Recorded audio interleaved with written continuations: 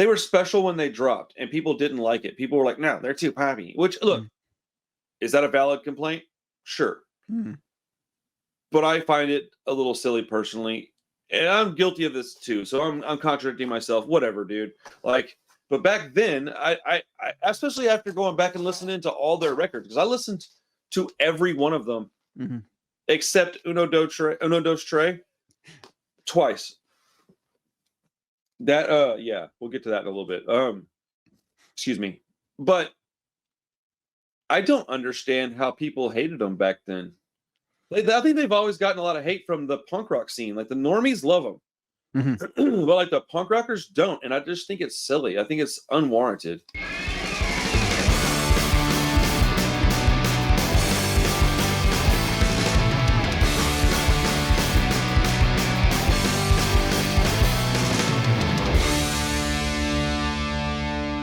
Green Day has a couple new songs out. In my opinion, they're some of the best stuff they've done in 20 years. And so that led me to listening to more of their music. But yeah, so what's up, Rob? How are you today? I'm excited to talk Green Day because as I am sort of still in my Vegas hangover here, the main event of that weekend was seeing Green Day. Like that was what the weekend, both in the city and in the festival, was built around, the new album release. And it really hasn't stopped. You've had the tour announcements since then. You've got the full, all the dates coming in this last week. So everyone's making their plans of where to go. We're in a Green Day world right now, and it's 2023. That's wild. It's so weird. Honestly, it's super weird that Blink's big too. It feels like 2003 right now. Like it straight up feels like 2003. Spotify sent me the old new punk playlist, and Green Day, Blink, and Alkaline Trio were like 3 of the top 4 bands on there. Well, look, okay, if you just look back 20 years from right now, Blink was huge, Green Day was huge, Alkaline Trio was starting to get steam, Rancid was doing they were back. Indestructible, like, yeah.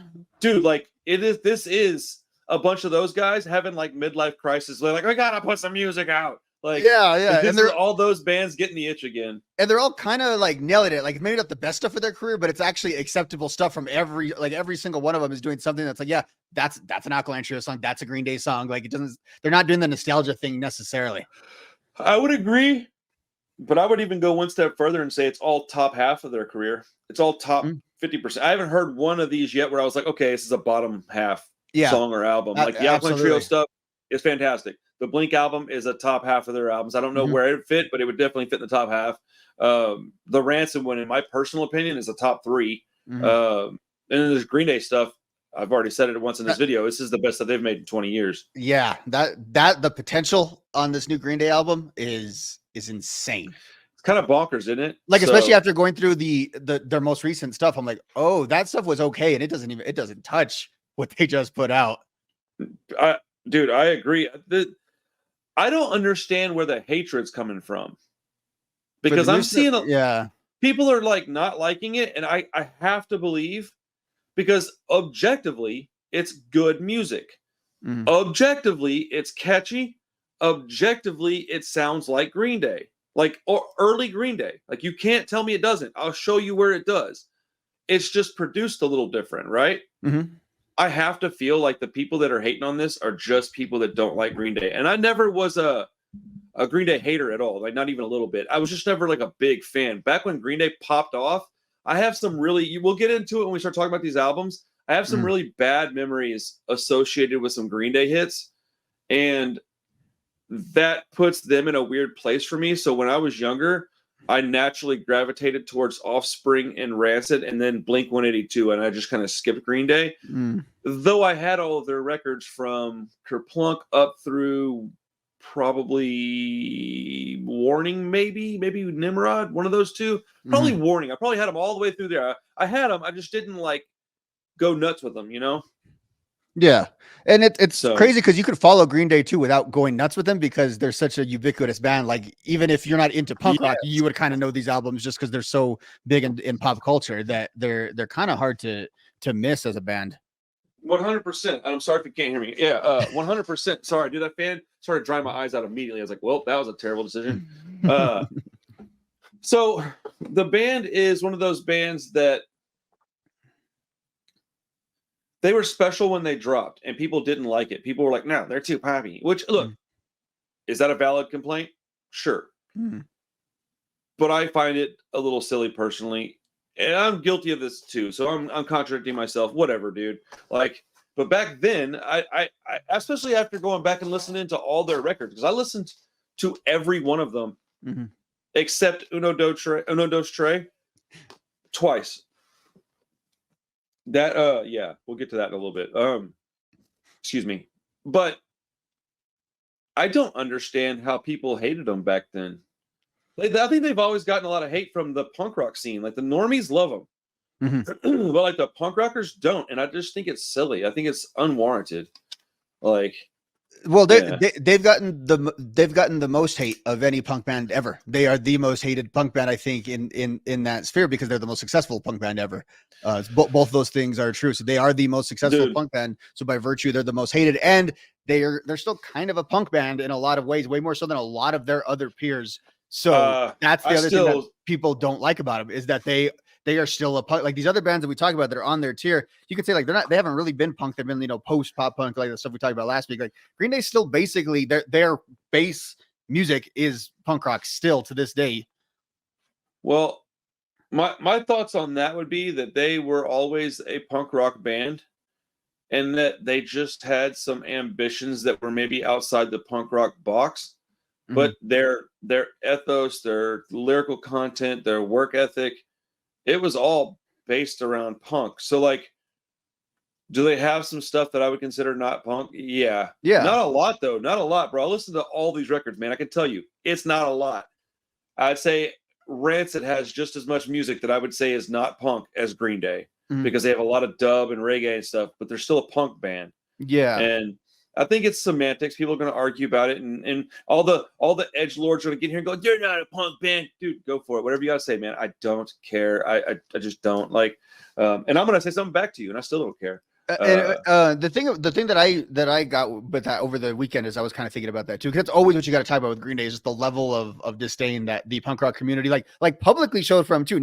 It's not just like it is now with trolls online. Like you literally had Tim Yohannan writing editorials in Maximum Rock and Roll saying how awful it. Like what an advertisement for them, by the way, for them to get kicked off. But that is always going to be part of the story. Like they're behind the music. The first half of it is just nothing on how much like everyone in the punk scene hated them, so they had to deal with that, and they're unapologetic about it. But I go through it, and like they were never actually even respected amongst their peers in their time too. Like that's the other thing about it. If you really go back and look at the story, they were too poppy for Gilman. They couldn't play at Gilman till right before they broke. They were too poppy back then for Gilman. So you cannot like their music, but to say they went too popular, they went these directions, means you weren't paying attention, to be honest with you. Well, they always had that rock and roll feel to them since like the very beginning. And again, they were too poppy to play at Gilman, which was the center of pop punk in that time period. Like that should kind of tell you everything you need to know about their origins.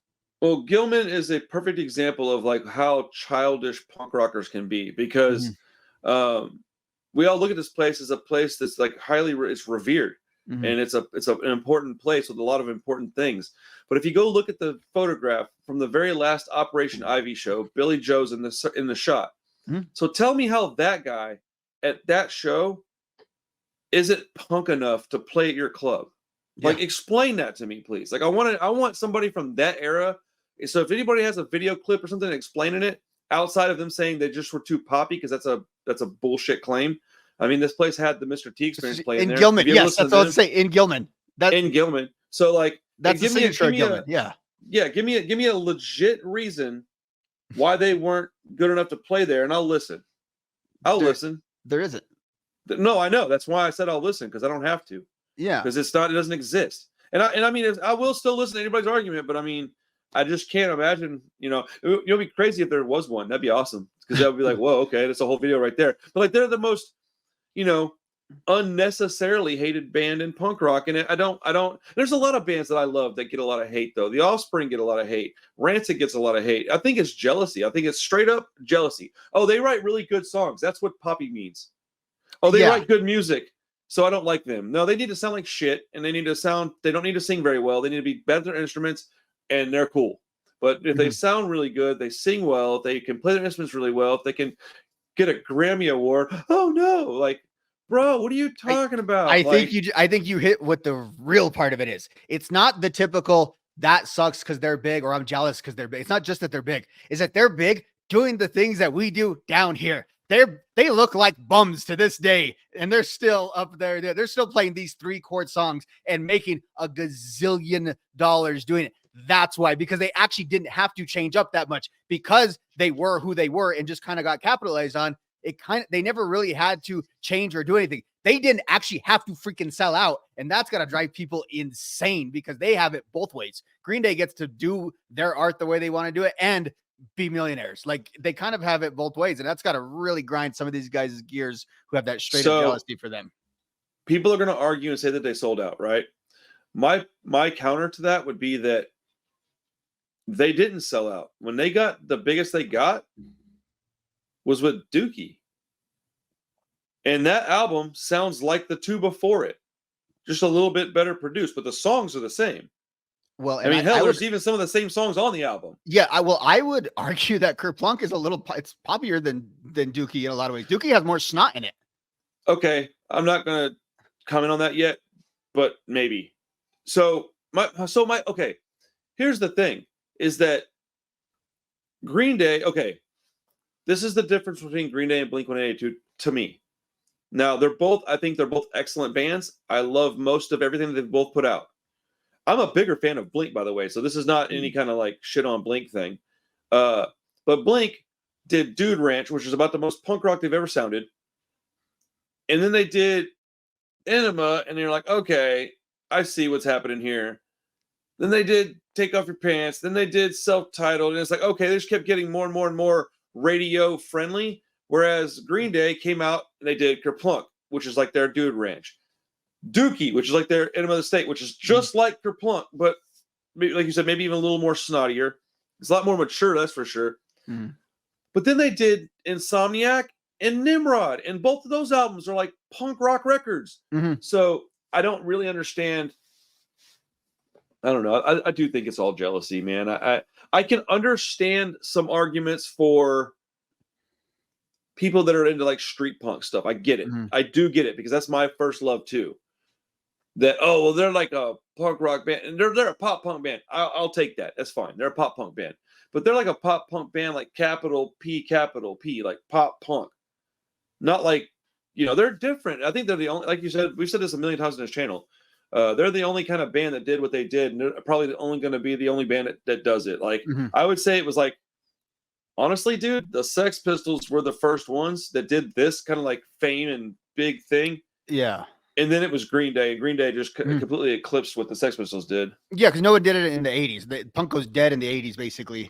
And so the punk's popular in the late 70s with the Sid Vicious thing, as you were saying. And then it's popular again in 1994 with Dookie. Going back into these records, this was a lot of fun, man. I had a lot of fun listening to these albums. So let's move on to So Rob's gonna carry this episode for the most part, and he's gonna do his top 5, and mine are gonna be probably a lot quicker. So I do love that conversation, though, man. I think it's important to talk about it, because I do think there's going to be two camps, and I don't think that they should fight about it. We weren't really fighting about it. We have a different opinion, but we're not fighting about it. And we're not really even disagree. We're talking about really semantic counterfactual. Yeah. My opinion was just that it wouldn't fizzle out, and you thought that there was a big chance that it might have. Those are pretty similar opinions, actually. So might have and wouldn't are very close. Well, they are. That it could have. It's just as but it's funny because it sounds up. But yeah, it's funny. It sounds dumb, but it's that's what podcasts are. That's the stupidity of podcasts. We just proved our conversation proved it, and our analyzing of our conversation. Well, yeah, I mean, this is what we like to do.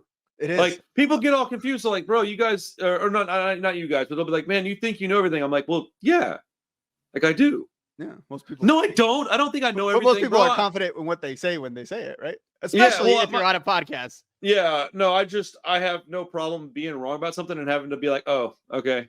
Like why is that a bad thing, bro? Okay, cool. I was wrong. Sorry. We were just talking. Was it hurting anybody? No. Well, then fuck you. Like, bro. Oh man. All right. Well, Green Day rules. So Green Day does rule, and it was fun going through this. I went through just about Doyle rules. Sorry. I went through just about everything, except for I kind of like breeze through the back half of the catalog for a couple of reasons. One, okay, I got all that first run. Like Green Day, I never really missed an album for. Even like years I wasn't into really punk, like I said, and that's why I made that comment earlier. Like you could always kind of catch them, so I would just go check it out. I generally liked the radio hit that Green Day put out on all those later albums, but I just don't like them that much as albums. Really, after American Idiot, I kind of felt like something just kind of fell off just a hair, and it never reached what American Idiot was. Although the potential is definitely there with what we got coming up. But the whole gap in between, I went through them fairly quickly. There's good songs on all of them, but I kept them all just away from the list. I don't think anything really deserves. Okay. So are you saying that you don't have anything on your top 5 post American Idiot? Correct. Okay. So my response to that would be like, cool. Yeah, probably a good call. But like the spoiler. So with their later albums, I was thinking about this, and I want to let you get to your list, but I do want to ask you a question. Sure. It felt to me like with their later records, they had no reason to be angry. Like in between American Idiot and what we have now, our country kind of was in a weird, like kind of okay spot. Like we were arguing a little bit and things were changing, but like we were kind of okay. There's some turmoil right now. So they got these new songs that are like pissed off and angry. Now, are they going to be all about that? I don't know. Maybe, maybe not. But American Idiot is about the last time I can think of where we had some like real troubling things happening and we weren't sure what was going to happen. And we got real complacent after that. And I feel like that's evident in their music. Like you can look at it and go, oh yeah, they were also feeling kind of complacent. They were kind of like putting out music, doing the song and dance because that's what they do. But there was no urgency behind it. There was no, there was no urgency behind it. There was no need for it like right now. Mm-hmm. No, and I hadn't thought about that part of it, but that's definitely the case. Definitely the case with music with punk rock in general. Yeah, I was thinking that as I was saying that. I was like, well, it's just like I remember.